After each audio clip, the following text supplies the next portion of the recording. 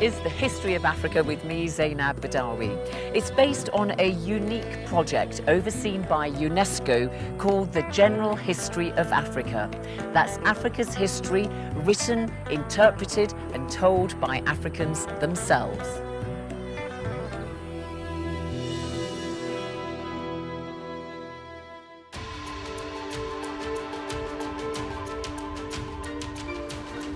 In this episode, we see how kingdoms became established in West Africa that eventually gave rise to three of the greatest on the continent: the Ghana Empire, the Mali Empire with its heart in the legendary city of Timbuktu, and the Songhai Empire.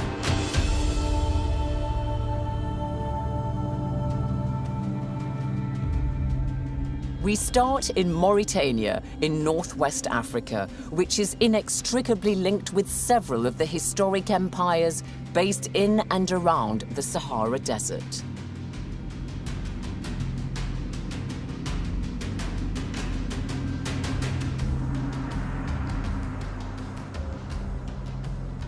It's only when you come to the Sahara Desert and you look in front of you, behind you, to the right and left, and all you see is sand. And then you get a sense of just how unforgiving this terrain was and indeed is for those who make the trek for kilometre after kilometre across the desert. But unforgiving terrain or not, Trans-Saharan trade meant those who controlled these desert highways and crossroads grew rich beyond measure and could establish powerful and wealthy empires. The first big empire was Ghana, which confusingly did not include the country Ghana, which today bears its name. This began as a kingdom around the year 600 and stretched across several countries in modern Africa: Mauritania, Mali, Senegal, and Guinea. This is Nouakchott, the Mauritanian capital, and it lies along the Atlantic coast. But 900 kilometers inland south of here is Kumbi Saleh, the old capital of the ancient kingdom of Ghana. This was founded by the Soninke people, who still live in Mauritania. The Soninke were the main inhabitants of the Ghana Empire.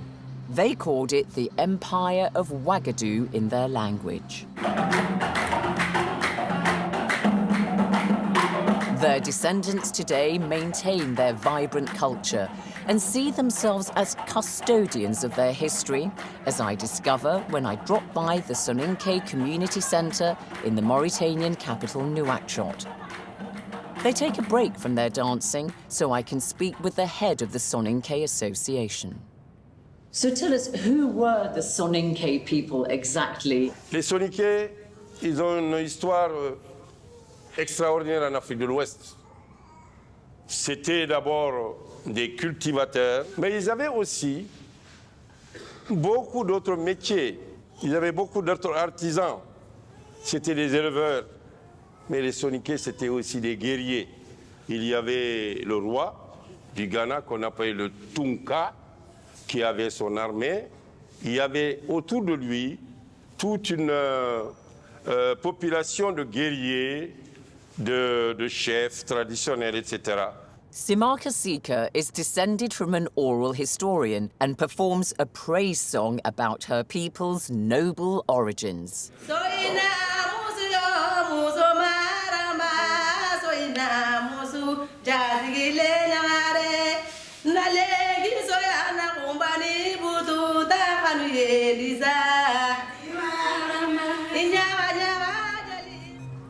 The kings of the Ghana Empire allowed local chiefs to keep their position, but they had to be loyal to the king and send him food and other goods.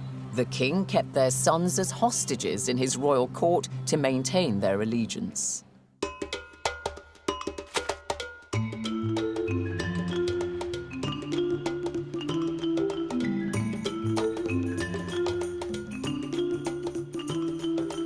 The Soninke people were keen fishermen then as they are today.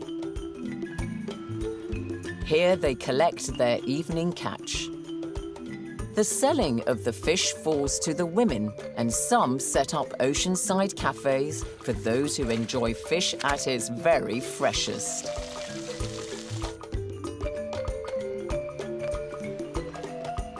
Along with fishing communities, the Soninke were herders and farmers.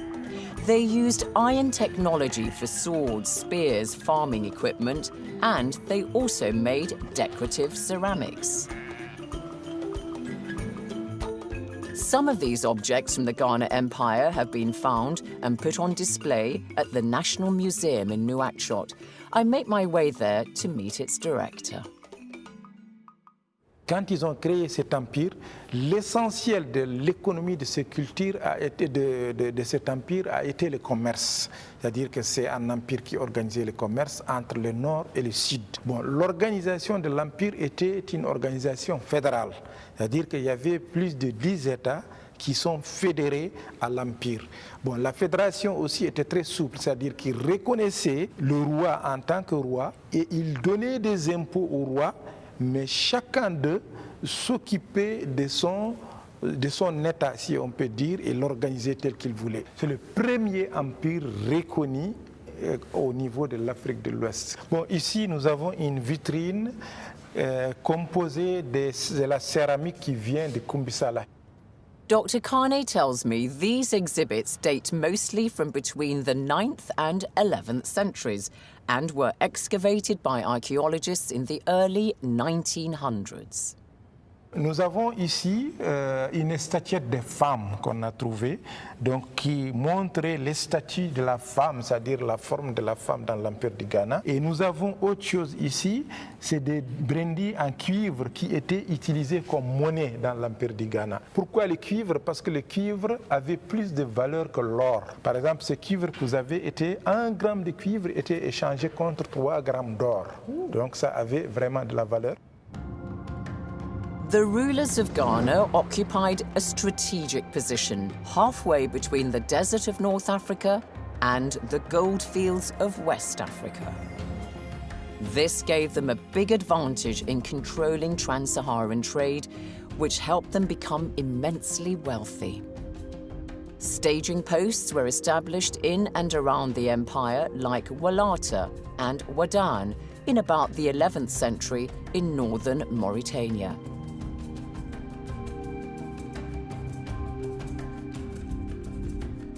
Wadan, which is 600 kilometers from today's capital Nouakchott, is a place little seen by outsiders. But as I see for myself, it's well worth the visit. Wadan was an important camel caravan center and oasis. Today, its collection of stone buildings stand in ruin on a cliff overlooking the oasis.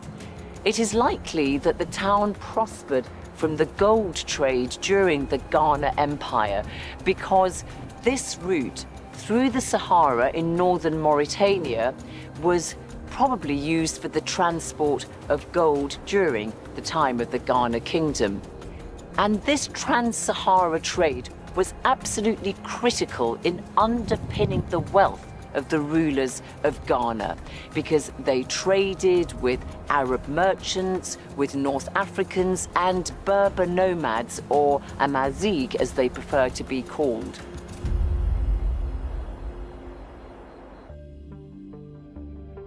The Ghana Empire exported iron and copper, but it was famed for its gold far and wide, as this description in the 11th century by the Arab geographer al-Bakri illustrates when he visited Kumbi Saleh. The king adorns himself with ornaments around the neck and arms. On his head he wears gold, embroidered caps covered with turbans of finest cotton.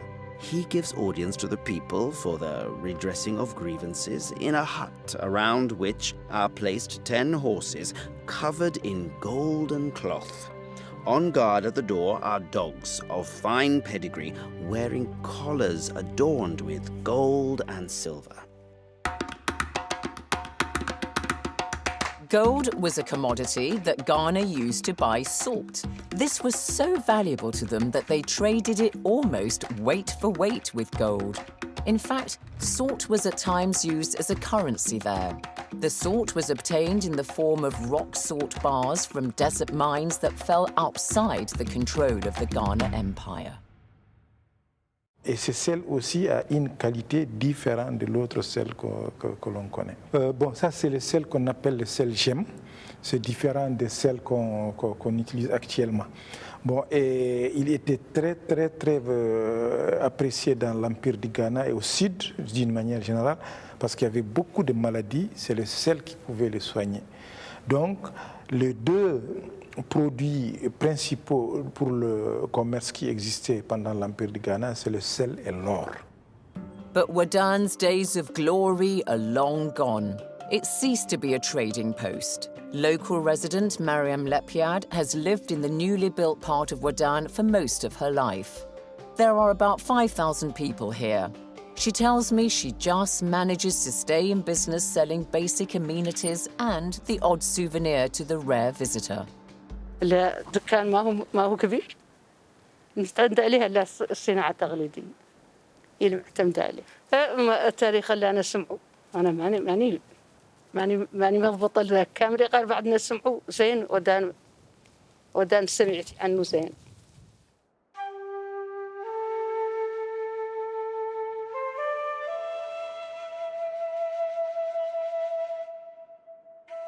Wadan went into decline in the 16th century.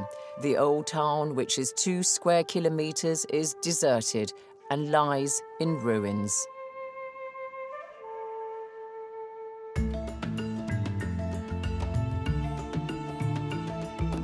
By about the 11th century, the rulers of Ghana, through exposure to trade with Muslim Berbers and Arabs, adopted Islam. This helped to spread literacy in Arabic, the language of the Quran. A number of these Arabs and Berbers remained in Ghana or territory adjacent to it, some of it rich from the water of an oasis.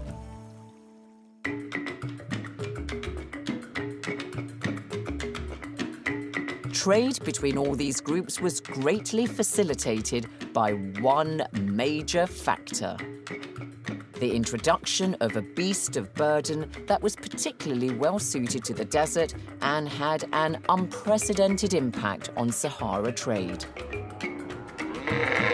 The camel revolutionized trans-Saharan trade because it could keep enough water in its gut for 10 days, plus the fat in its hump provided it with nourishment for a considerable period of time. Now, the crossbreeding of the 2-humped camel of Central Asia with the 1-humped camel of Arabia produced a completely different type. One that was very slow in its movement but was capable of carrying heavy loads. This one was used for trans-Saharan trade, and the other was lighter on its feet and could travel very fast. And this kind of camel was used to carry news and as a bearer of messages. Dr. Abdelwadoud Abdallah is one of Mauritania's leading historians. قبل الجمل كان هناك حديث عن التجارة الصامتة، كانت تجارة محدودة، ولكن مع الجمل أصبحت هناك قوافل كبيرة تعبر الصحراء، أحيانا تكون من آلاف الجمال. إذن هو مثل ازدهار السفن بالنسبة للتجارة عبر البحار والمحيطات. الذي نعلمه مع التاريخ أن موجودة هذه الأسرة الحاكمة الصونيكية التي يتحدث عنها الرحالة والجغرافيين والمؤرخين العرب. إذن هذه الظاهر أنها كانت مملكة تجارية أساسا مسالمة، لا تسعى للدخول في الكثير من المعارك، وإنما تسعى لتنمية التجارة وتنمية التبادل التجاري، وازدهرت ازدهار كبير مع انتشار الإسلام. The Soninke people of the Ghana Kingdom enjoyed good relations with the Arabs and Berbers, whose descendants make up a large part of Mauritania's population today.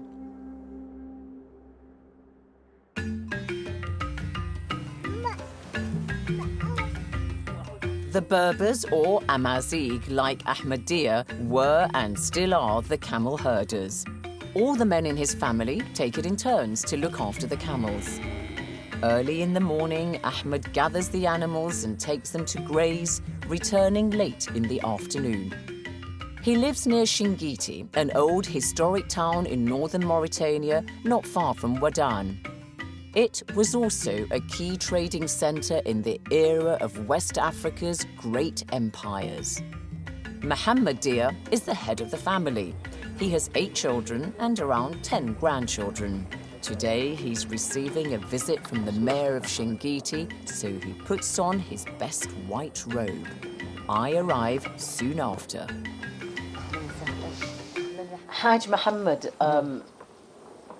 أتكلم معك بالعربي فأنت عايش بنفس الشكل كأجدادك من زمان يعني بدو اللي صار عايشين بها أجدادي مات هو المعيوش به ماتت الناس عايشة به كنا عايشين بالزرع براف جدجي نمشوا من هون جايسين السبخ نجيبوا الملح نقيسوا به السوداء مالي. I wonder how the younger members of Mohammed's family integrate these traditions with modern lifestyles. وبتفتكر الجيل الجديد الجيل الجديد أحفادك أولادك حيتحافظوا بالتقاليد البدوية ولا لا؟ ما وهم ما بفهموا قليل همهم هم اللي تغير هذا الورك الزمن وهلو القراية والشقلة في الدشور ولكن الحيوان ما تلهم ما هو ياسر قليل اللي تلهموا من الناس. C'est très important pour nous les nomades puisqu'ils font partie de notre identité culturelle. Donc on vit dans les mêmes conditions qu'ils conservent nos habitudes. Ils conservent nos habitudes, les habitudes de nos ancêtres, mais tout en améliorant dans le cadre de l'éducation et dans le cadre de la santé. مريض انت بنت الحاج حواء وانت بنت عمو بنت عمو وانتوا بتدرسوا ولا شغالين بتعملوا ما يدرسوا ما يدرسوا عايزوا سبه I leave to take a look at the historic town of Shingiti. And in true nomad hospitality, Mohammed offers me a parting gift which I gratefully but politely decline. I set off in my car and Mohammed departs for urgent business in a more environmentally friendly manner. I make it to Shingiti, a crossroads in the desert where goods, ideas, language and religion were exchanged. Its historic buildings, including the mosque, date back to the 13th or 14th century. The old quarter of Shingiti is not quite the bustling metropolis it once was. Now, notable buildings here include the ancient mosque behind me, which has got a square minaret with 5 finials made of ostrich eggs. And in ancient times, traders would come here to do their business, just to gossip, or, of course, to pray. And in fact, Shingiti was a popular gathering spot for pilgrims on their way to Mecca. And so it became a holy city in its own right. And Shingiti was therefore a magnet for Muslim scholars. They would come here to receive training in religious studies, but also mathematics, science, astronomy, and law. Thousands of ancient documents have been preserved in Shingiti. Thai teacher Saiful Islam has for several decades been director of his family foundation that maintains some of these documents written in Arabic.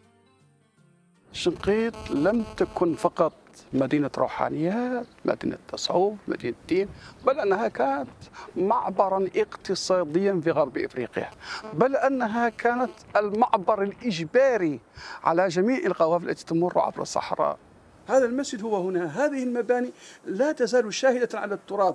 المكتبات غنية تفوح طيبا ورائحة علم. المباني تحتفظ بطابعها التقليدي الأرشتكتوري المعماري الذي لم يتغير حتى الآن. كل هذا ما زال شاهدا على أن شنقيط ما زالت بخير وستظل إن شاء الله. المكتبات، مكتبات شنقيط هي بقايا أيضا من بقايا شنقيط، بقايا الموروث الثقافي، المخطوطات التي كانت عند الأسر. طبعا ليست كل الأسر تملك المخطوطات، هي أسر علمية معلمة. العلمية المعلمة كانت لديها مخطوطات، كانت تستجلبها من شتى بقاع العالم أو تكتبها عندها محليا، هذا سواء. النتيجة أنه حصل كم هائل من المخطوطات.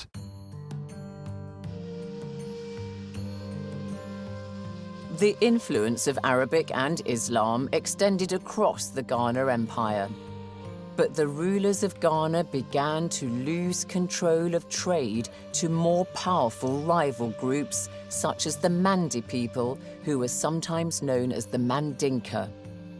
There were also environmental reasons behind Ghana's decline. Much of its farmland was worn out, partly through overgrazing. The Mandi launched a major offensive in 1235 under the leadership of Sunjata Keita. Sunjata Keita took control of the Soninke people and much of the former kingdom of Ghana and began building a vast new empire for himself, that of Mali. After the break, we visit the most famous of the cities of the Mali Empire, the legendary Timbuktu.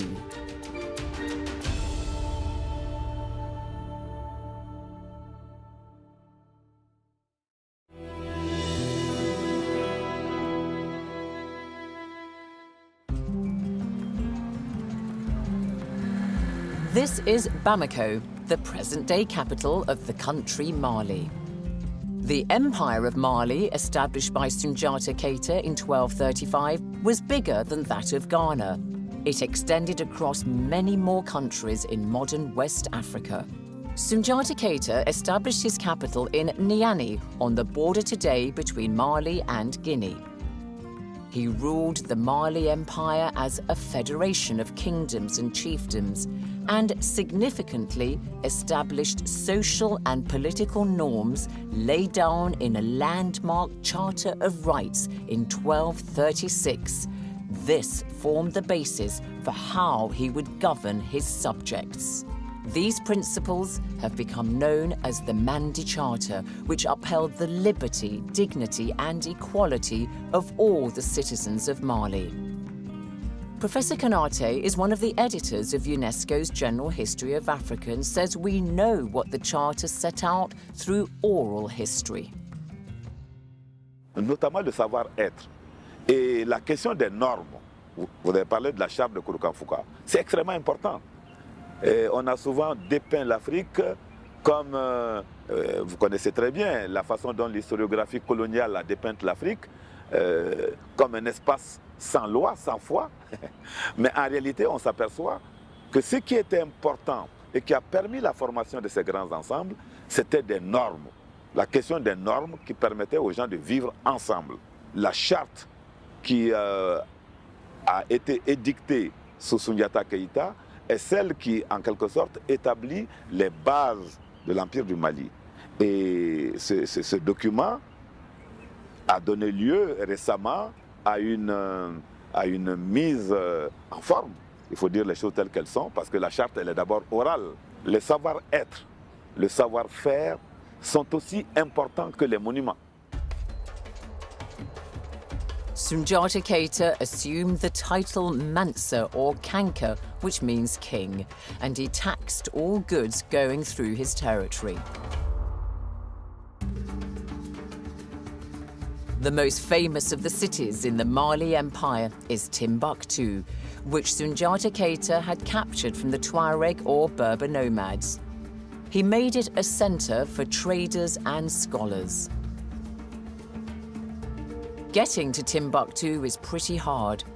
At the time of filming, I could only visit with an armed guard. The airport is closed to commercial flights and the area is deemed unsafe because of the activities of extremists. So finally made it to Timbuktu. First impressions, well, it's hard to see how this dry, rather unprepossessing city, the new part at least, was at the center of one of the greatest empires of Africa. But I haven't got to the old part yet. But as I've been driving through, you do see evidence of some of the destruction when the city was overrun by the extremists in 2012. And of course, they destroyed much of the historical heritage of Timbuktu. It's attained almost mythical, fabled status. You know, in English we say, you'd think she was going to Timbuktu as a kind of metaphor for somebody who's going to the back of beyond. Well, here I am.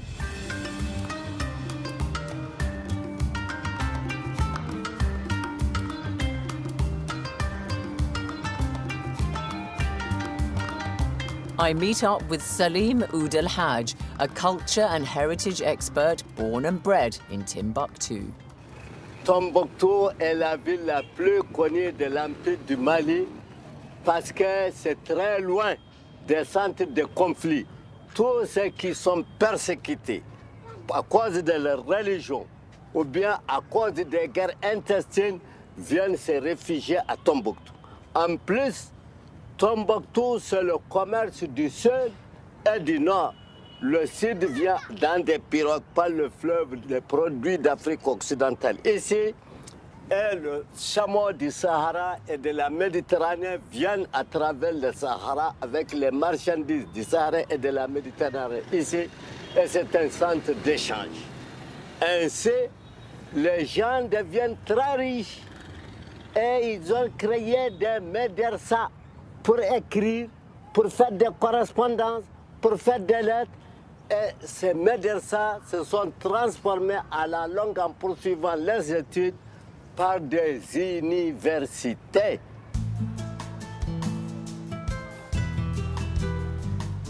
Sundiata Keita was succeeded by his son, Mansa Ulin, who expanded the empire. But the best known of Mali's rulers is Mansa Musa I, great-nephew of Sundiata Keita. He was so famous he was depicted in this map of the world by a Spanish cartographer in the 14th century. In 1324, Mansa Musa began a lavish pilgrimage to Mecca, reportedly with a very large entourage of 60,000 porters and 500 servants decked in gold, each carrying a golden staff. En route, he stopped in Cairo. He was received with great reverence by the ruler of Egypt. This is a description of Mansa Musa by an Arab scholar and writer Al-Makrizi from the 14th century. He was a young man with a brown skin, a pleasant face, and a good figure. His gifts amazed the eye with their beauty and splendor. Et la légende dit, quand il est arrivé à Tombouctou avec sa caravane de chameaux, la tête est à Tombouctou alors que ce n'est pas fini de sortir de Niani, la capitale du Mali. Il a traversé le Sahara et il est parti en Égypte et en Arabie Saoudite.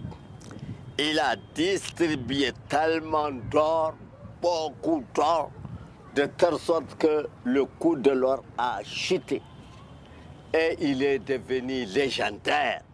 I asked Professor Kanate if we have any idea of just how rich Mansa Musa was. Some accounts hold that he was carrying as much as 150 kilograms of gold, and that if you take his wealth in total, by today's value, he could be worth as much as $400 billion, which would make him the richest individual in history, period. Do you think that could be the case? Oui, je pense, enfin, c'est possible. Mais ce qui est sûr, c'est que la quantité d'or qu'il a apporté au cours de son pèlerinage était une quantité suffisamment impressionnante. Mansa Moussa a appris à écrire l'arabe et il a même laissé un traité en langue arabe sur la bienséance. C'est vous dire comment Mansa Moussa était très intéressé par le savoir. Et de son retour de la Mecque, il a amené avec lui un certain nombre d'écrivains, de poètes. Mansa Musa established the mosques of Timbuktu, which served as Islamic universities and which are UNESCO World Heritage Sites. Salim Oud al-Hajj shows me the documents held at the library of the Grand Mosque, which were mercifully hidden from the destructive action of the extremists when they overran Timbuktu. Many of these books are so fragile they cannot be picked up and studied. It's a whole African literature written in Arabic on a range of subjects like science, mathematics, and law, though most of the documents are copies of the Quran and biographies of the Prophet Muhammad. Writers include prominent scholars such as Ahmad Baba, who was born in Timbuktu in the 16th century. In one manuscript, he writes against the practice of slavery. Are we not all descendants of Adam? For just the fact of becoming the owner of another person bruises the heart, because servitude is inseparable from the idea of violence and domination, especially when it relates to a slave taken away from his country.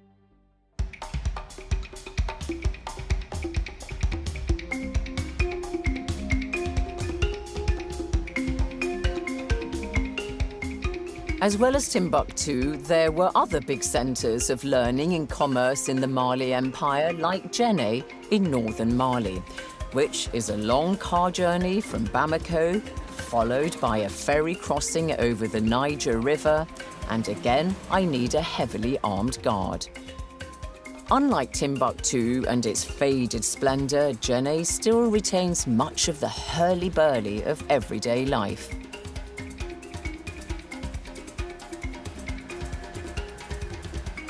In fact, Djenné almost certainly predates Timbuktu because it developed from one of the earliest known settlements in Africa.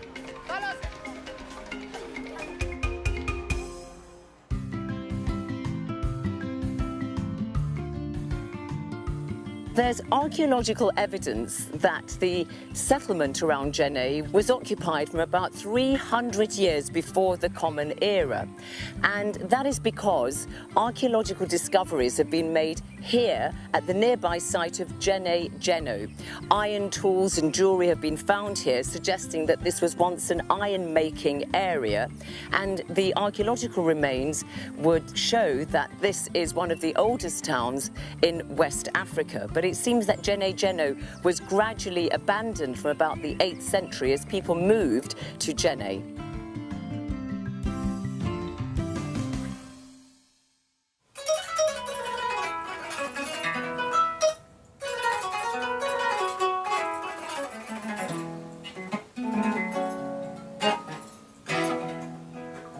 Another legacy of the Mali Empire, apart from its buildings, is the kora.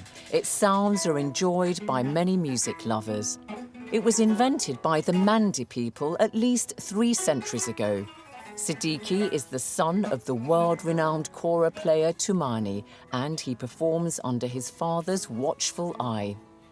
Toumani is not just a musician, he's also a griot, the term used to describe a person who passes down oral history and traditions from one generation to the next.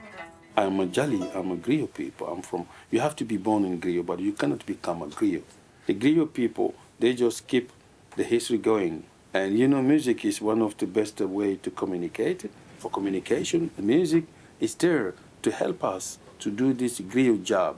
So the kora is essentially the instrument of the Mali Empire? Yeah.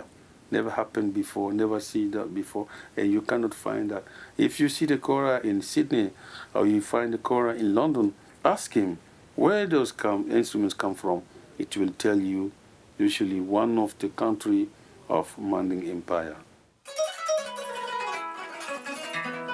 But after the death of Mansa Musa II in 1387, the Mali Empire started losing power because of a succession of weak rulers, short reigns, and dynastic rivalries. Timbuktu was captured by the Tuareg nomads in 1433, and Mali was an empire no more.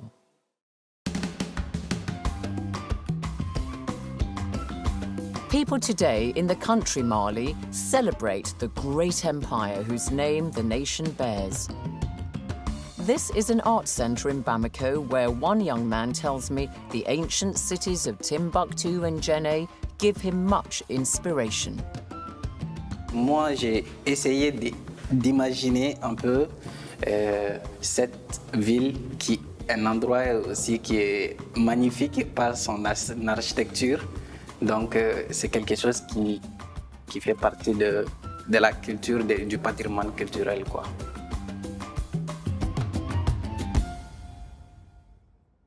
The decline of the Mali Empire, however, did not signal the end of this part of West Africa's glory. A new power emerged, that of the Songhai Empire. Its rulers established a new capital in Gao in the east of Mali. The empire extended as far as modern-day Nigeria and Niger. Flying into Gao, you can see this is strategically positioned along the Niger River. Today, it's a city that's been mired in the conflict with extremists, and so I can't spend much time here. There's a heavy army presence, and there's little to see of its ancient past. But Gao has deep historic roots. It's been inhabited since about the 7th century. Its people were mostly fishermen who used large canoes. They soon realized this gave them a military edge because they could sail along the Niger River, setting up trading villages which allowed them to dominate and unite peasant communities in the region. The best-known ruler of the Songhai Empire was Soni Ali the Great, whose reign began in 1464. He recaptured Timbuktu in 1468 and pushed the city to the pinnacle of its fame. In Songhai oral tradition, Soni Ali is a hero. Alors, Soni Ali Ber est présenté par les auteurs arabes comme un homme, même physiquement, très fort, un guerrier complet et un homme de très grande volonté. Et qui utilisait aussi beaucoup la sorcellerie, ce qui ne plaisait pas aux marabouts de Tombouctou. Soni Ali a eu beaucoup de problèmes avec les marabouts de Tombouctou, qui le décrivent comme un mauvais musulman, qui ne priait pas régulièrement, qui faisait la magie. Je pense que c'est une des raisons qui explique que Soni Ali Ber n'est pas très présente dans la représentation des grands empires. Fatimata Maiga is a member of the former ruling dynasty of the Songhai Empire. Je suis de Gao et je suis très très fière d'être au Gao. Je remercie beaucoup les bon Dieu. Her daughter explains more about her family's famous ancestry. L'empire Songhai est vraiment dans l'histoire du Mali est l'une des empires la plus connue et ma maman évidemment est descendante de l'empire Songhai, donc descendante de Soni Ali Ber qui a fondé Gao, la ville mystérieuse. Et nous sommes vraiment fiers, la population de Gao est vraiment fière d'appartenir à l'histoire du Mali, d'appartenir à l'histoire de Soni Ali Ber et surtout d'être descendant de ce grand homme qui est une référence dans l'histoire de Gao et dans l'histoire du monde en général. However, Soni Ali is not the only famous figure associated with the Songhai Empire. I make my way before the light fails to the main historic attraction of Gao, the tomb of Muhammad Touré, an army commander. After the death of Soni Ali, his successor was ousted by one of his generals, Muhammad Toure, who established the Askir dynasty. He consolidated the empire and extended its territory. And this mud tomb behind me is that of the Askir dynasty, and it was built in 1495. And it's a testament to the power and riches of the Songhai Empire. And you can see that the mud tomb has wooden spikes sticking out of it, and it's also got a mosque on the site and a cemetery. You can see some of the tombstones, and it's beautifully preserved. Under Muhammad Toure's Askir dynasty, the Songhai Empire grew ever more rich and powerful. Timbuktu basked in its glory. But Toure was deposed by his son as he grew older, triggering a gradual decline in the empire. Drought, disease, civil war, and invasion meant that by 1591, the Songhai Empire had collapsed. It was broken up into independent kingdoms.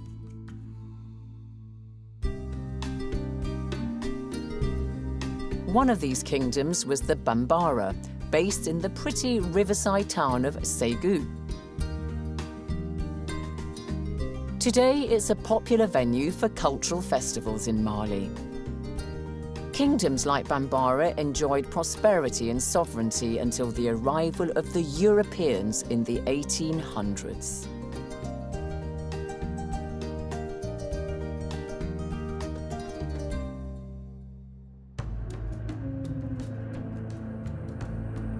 What the period covered in this episode tells us is that Africa made a huge mark on the world through trans-Sahara trade. It also displayed the whole range of political formations, from clans to kingdoms to empires, which demonstrate a history of tremendous richness. Some academics state that it was the Arab and Muslim influence that brought sub-Saharan Africa out of isolation and linked it with the rest of the world. But as UNESCO's General History of Africa tells us, Africans never lived in isolation. Its peoples were constantly on the move. Plus, the volume of trans-Saharan trade meant that there were deep relations between the north and south of the Sahara. I end in Bamako, the capital of Mali, with superstar husband and wife Amadou and Mariam, whose most famous composition, Je pense à toi, provides the theme music for this series. They decided to release it in French to broaden its international appeal. Oui, la chanson Je pense à toi, ça concerne partout, ça concerne pour tout le monde. Ça parle pas que l'Afrique, parce que ça parle de l'amour. L'amour, tout le monde est concerné. Ça parle de l'amour de nous d'abord, après, ça concerne tout le monde. Tout le monde se retrouve dedans, quoi. Notre chanson, ou bien nos chansons d'une manière générale, ça a été une ouverture pour la musique africaine. Parce que nous, on a su mettre la dose entre la musique africaine et la musique universelle. Donc c'est ce côté-là que les gens ont choisi les morceaux, parce que chaque fois que nous jouons, les Africains, les Américains, les Européens, tout le monde se retrouve dedans. C'est pour cela.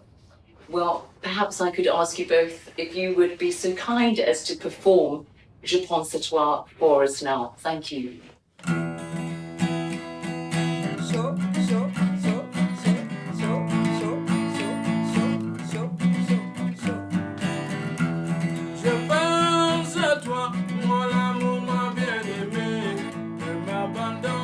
In the next episode, we see how city-states and kingdoms further west in Africa gave rise to rich and diverse civilizations, including some of the best-known works of art in the whole of the continent.